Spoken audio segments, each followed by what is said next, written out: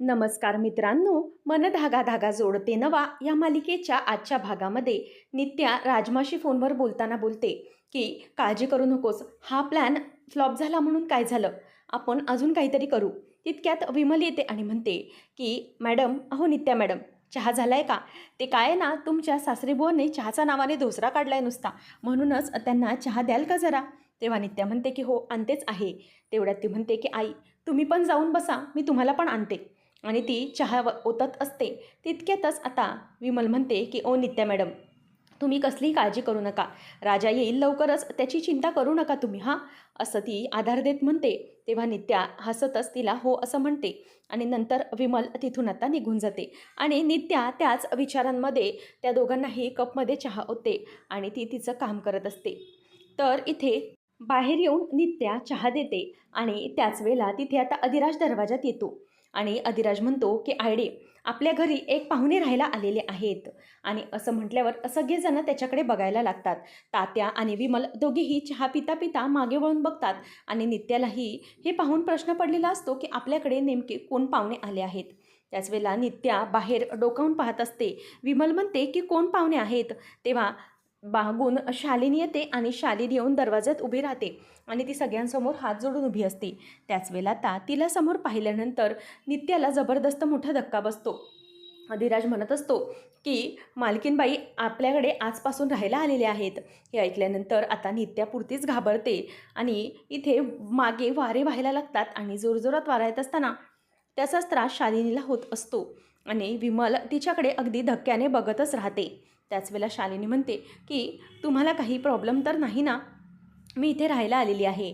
तेव्हा आता सगळेजण तिच्याकडे बघत असताना अधिराज म्हणतो की काय आहे, मालकीनबाईंना तिथे रेस्ट हाऊसवर सेफ्टी नाही, त्यांच्या जीवावर कोणीतरी हल्ला केलेला आहे, म्हणूनच मी त्यांना इथे आणलं आहे, निदान आपल्याकडे त्या सुरक्षित राहतील. आणि विमलला त्याचं हे म्हणणं आवडतं आणि तो म्हणतो की बरं केलंस, मालकीनबाईंना इथे तू घेऊन आलास. आणि मात्र तात्यांनाही शालिनी तिथे आलेली आवडत नसते. शालिनी आता आतमध्ये येते आणि मनातल्या मनातच ती हसत असते. तर इथे अधिराज हा मालकीनबाई म्हणजे शालिनीला म्हणतो की मॅडम, चला तुमच्या गोळ्या खायची वेळ झालेली आहे, तुम्हाला डॉक्टरने सांगितल्यात तशा गोळ्या देतो. तेव्हा शालिनी म्हणते की हो रे, माझ्या गोळ्या चुकतातच नेहमी, मला गोळ्या देशील तर जरा बरं होईल. आणि मग तो डबा देत असताना तिला गोळीच्या डब्याला हात लावताना हाताला दुखायला लागतं, म्हणून ती कळवळते. तेव्हा अधिराज म्हणतो की थांबा, तुम्ही घेऊ नका, तुमचा हात दुखतोय तर मी तुम्हाला गोळ्या देतो. तेव्हा शालिनीला ती म्हणते की एक मिनिट थांबा अधिराज, तू जा बाकीचं बाहेर बघ, मी यांना गोळ्या देते, हरकत नाही. त्यावेळेला अधिराज निघून जातो आणि ती गोळ्या देत असते. शालिनी म्हणते की खरं तर तुला माझी सेवा करण्याची इच्छा मनात नसूनही माझी सेवा करायला लागते ते बघ. आणि शालिनी काहीच बोलत नाही. ती नित्याच्या हातातून गोळ्या घेते आणि त्या गोळ्या खायला लागते आणि त्यावर पाणी देखील पिते.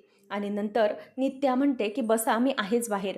आणि असं म्हणून नित्या मागे जाणार तेवढ्यातच शालिनी स्वतःचा छोटासा लायटर काढते आणि तो नित्याच्या पदराजवळ ठेवते आणि म्हणते की आता मी काय करू शकते हे माहिती आहे ना. तेवढ्यातच आता नित्या चिडते आणि तो लायटर तिच्या हातातून खेचून घेत वरती उधळत तिला आपल्या गळ्याभोवती घेते आणि तिच्या गळ्यामध्ये हात घालून लायटर पेटवत म्हणते की लक्षात ठेवा, इथे पाहुण्या म्हणून आल्या आहात ना, तर पाहुण्या म्हणूनच राहा आणि निघून जा, पाहुणचार घ्या आणि इथून निघा, नाहीतर मी तुम्हाला इथेच जाळून टाकेन. माहिती आहे ना तुम्ही मला कसं जाळलं होतं, अगदी तसंच शालिनी बहिणी. असं म्हटल्यावर आता नित्याचं ते बोलणं ऐकल्यानंतर शालिनी खूप घाबरते आणि तिच्या तोंडून शालिनी बहिणी हे नाव ऐकल्यामुळे नित्याला पुरतं समजून जातं की ही गौरीच आहे. त्यानंतर नित्या ही अशी कशी वागते, हिचं काहीतरी केलंच पाहिजे असा विचार हा नित्याच्या मनामध्ये येत असतो. तेवढ्यातच आता ती रूममध्ये फेऱ्या मारत असताना तिथे विमल येते आणि म्हणते की मालकीनबाई आत येऊ का? तेव्हा दरवाजा थोठावत असताना शालिनी म्हणते की अहो असं काय म्हणताय, हे तुमचंच तर घर आहे, या ना या, असं म्हणून ती तिला आतमध्ये यायला सांगते. आणि त्यानंतर मग आता शालिनी म्हणते की काय बोलताय हे तुम्ही, तुमचंच घर आहे. तेव्हा ती म्हणते की "मालकीनबाई, तुम्ही आलात इथे खरंच बरं वाटलं. पण आणखी एका गोष्टीसाठी तुमचे आभार मानायचे होते. ते म्हणजे तुम्ही पाहुणीला तुमच्या इथे रेस्ट हाऊसवर आश्रयाला ठेवून घेतलं. खरंच खूप बरं वाटलं मला. ती पोरगी कुठे जाईल याची चिंता वाटत होती. पण खरंच तुमचे खूप उपकार झाले की तुम्ही तिला तिथे घेऊन ठेवून घेतलं." तेव्हा शालिनी म्हणते की "अहो, असं का म्हणताय तुम्ही? खरंच ती मुलगी खूप चांगली आहे आणि चांगल्या मनाची आहे ती. हळवी आहे बिचारी. म्हणूनच मी तिला ठेवून घेतलं. फक्त तिच्यावर हा वाईट प्रसंग आला याचेच मला वाईट वाटतं." तेव्हा हे ऐकल्यावर विमल म्हणते की "हो ना, आम्हाला पण हे सगळं ती करेल असा विश्वासच वाटला नव्हता. असं सगळं आमची पाहुणी वागू शकते याच्यावर आमचा कोणाचाच विश्वास नव्हता.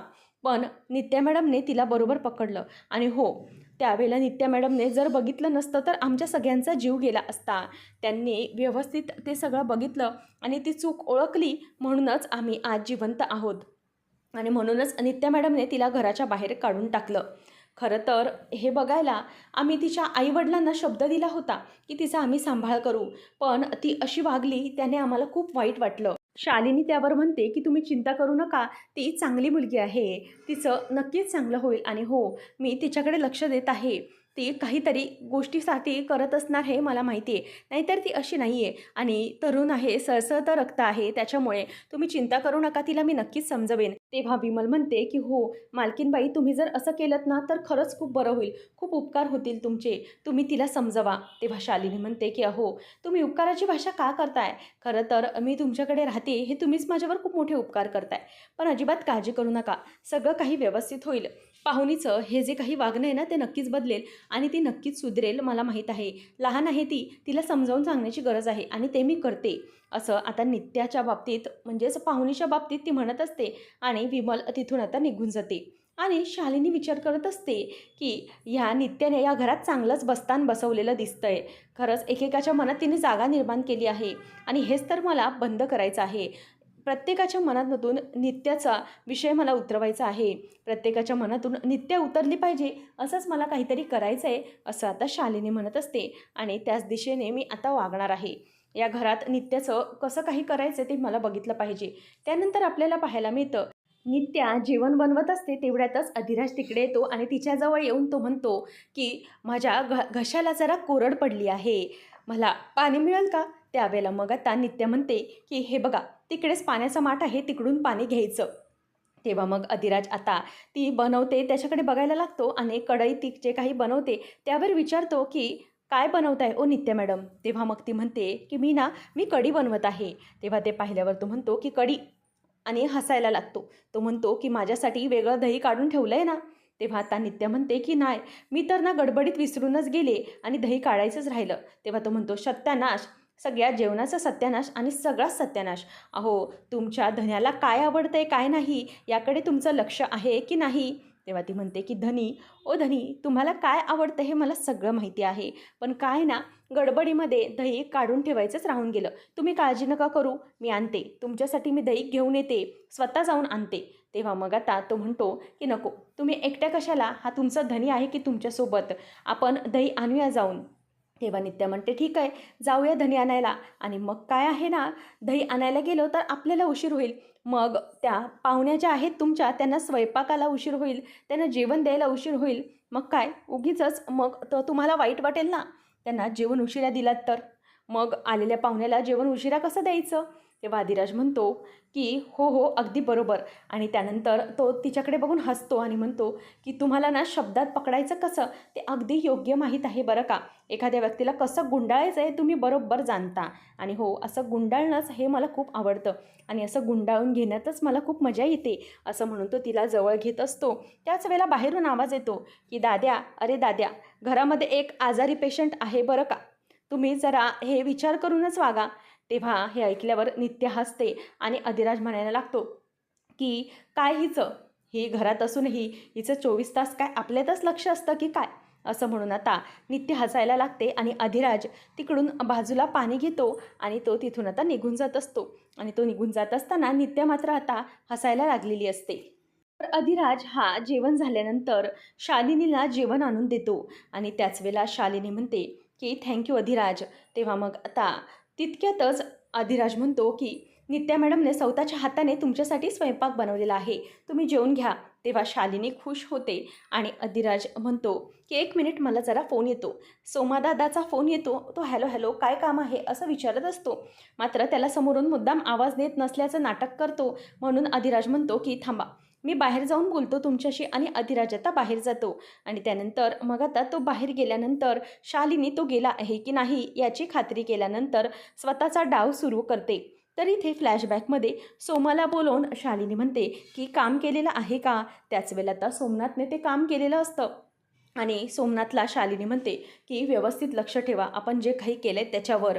आणि मग सोमनाथ हा शालिनीच्या हातात ती गोष्ट देतो. शालिनी मुठी बंद करून घेते आणि तिथून तो निघून देखील जातो. आता शालिनी ही म्हणते की नित्या, आता या घरामध्ये एकेकाच्या मनातून तुझं सगळं चित्र मला उतरवून टाकायचं आहे. म्हणून शालिनीने हातात झुरळ घेतलेलं असतं आणि झुरळ मुद्दाम ती भातामध्ये कालवते आणि जोरजोरात नित्या नित्या इकडे असा आवाज देते. अधिराज नित्या दोघं येतात. शालिनीला विचारतात काय झाले. तेव्हा शालिनी म्हणते की बघ हे काय आहे, भातात तू हे काय टाकून आणले. तेव्हा मग आता ती म्हणते की तू हे सगळं मुद्दाम करतेस ना, तुला मी एकतर आवडत नाही आणि त्यावर माझी सेवा करावी लागते म्हणून. तेव्हा ती म्हणते मी हे नाही केलं. मग शालिनी मुद्दाम ते ताट उधळून लावते आणि म्हणते की सॉरी सॉरी, ताट पडलं. पण मग हे कसं झालं, अचानक या ताटात झुरळ कसं काय आलं. नित्या म्हणते की नाही, असं नसेल आलं, मी असं काहीच केलं नाही. तेव्हा मग शालिनी म्हणते की मला तर वाटतंय ना तू हे सगळं खरंच मुद्दाम केलं असशील, कारण तुला मी आवडत नाही आहे ना आणि माझी सेवा मुद्दाम करावी लागते म्हणूनच.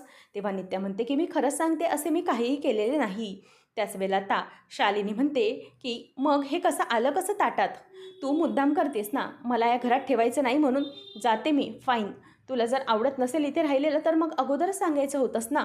तेव्हा मग आता अधिराज म्हणतो की 1 मिनिट मालकीनबाई, तुमचा काहीतरी गैरसमज होत आहे. नित्या मॅडम असं काही करणं शक्य नाही. मी चांगलंच ओळखतो त्यांना, ते असं काहीच करणार नाहीत. त्यांनी तुमच्यासाठी हा स्वयंपाक केला आहे तो अगदी मनापासून केला आहे. आणि जरीही तुमचं आणि त्यांचं पूर्वीचं भांडण असलं तरीही त्या असं जेवणाच्या किंवा बाकी कसल्याही बाबतीत तुमच्याबरोबर चुकीचं वागणार नाहीत. माझा त्यांच्यावर पूर्ण विश्वास आहे आणि नित्या मॅडमवर भरोसा असल्याने त्या असं काहीच करू शकत नाहीत. तेव्हा शालिनी म्हणते की मग हे कसं आलं ताटात झुरळ. मग माझ्या जेवणाचं काय, मला खूप भूक लागली होती. तेव्हा अधिराज म्हणतो तुम्ही काळजी करू नका, ते चुकून घडलं असेल, मी तुमच्यासाठी दुसरा स्वयंपाक घेऊन येतो. तेव्हा नित्याला ती म्हणते की 1 मिनिट जरा थांबा, मला स्वयंपाक हवा आहे, भूक तर लागली, पण माझी एक रिक्वेस्ट होती, ते तुम्ही पूर्ण करू शकलात ना तर खरंच खूप बरे होईल. त्याच वेळेला आता अधिराज म्हणतो की काय काय करायचं आहे. आणि नंतरच ती शांत होत म्हणते की sorry, I am very sorry. काय ना लहानपणापासून माझा खूप छळ झाला आहे, म्हणून मी मानसिक आणि बाकीच्या कुठल्याही गोष्टीने कोणी मला जरा काही केलं किंवा बोललं मी हायपर होते. तेव्हा नित्या म्हणते की तुमचा साधेपणा आणि निरागसपणा मी चांगलाच ओळखून आहे. लहानपणी तुमचा छळ झाला होता, बोला आता काय करायचं आहे. तेव्हा शालिनी म्हणते की अधिराज मला रिक्वेस्ट करायची होती की प्लीज मला चुलीवरचा स्वयंपाक मिळेल का. तेव्हा मग नित्या म्हणते की हो मी पेटवते ना चूल, असं म्हणून ती निघून जाते. आणि राजमा तुझ्या बॅगेत काय शोधते का ते मी बघते, काहीतरी सापडून देत मालकीनबाईंना दाखवायला, असं म्हणून तिची बॅग शोधत असताना राजमाची लहानपणीची खेळणी तिला भेटतात आणि तिचा लहानपणीचा फोटो देखील. ती म्हणते की ही तर अनाथ होती, मग हिच्याकडे एवढा महागाचा फ्रॉक कसा काय. जाऊ दे, मालकीनबाईंना हे काही दाखवण्यात अर्थ नाही. आणि ती पुन्हा ठेवून देते. आणि राजमा येऊन चिडून म्हणते की काय गं पाहुणे, तुला किती वेळा सांगितलं माझ्या प्रकरणात नाक खुपसायचं नाही, पण तरीही तू इथे का आलीस, माझ्या बॅगेला हात कशापायी लावलास तू, काय गरज काय होती तुला. असं म्हणून ती तिचा फोटो बघत असते आणि पुन्हा ठेवून देते.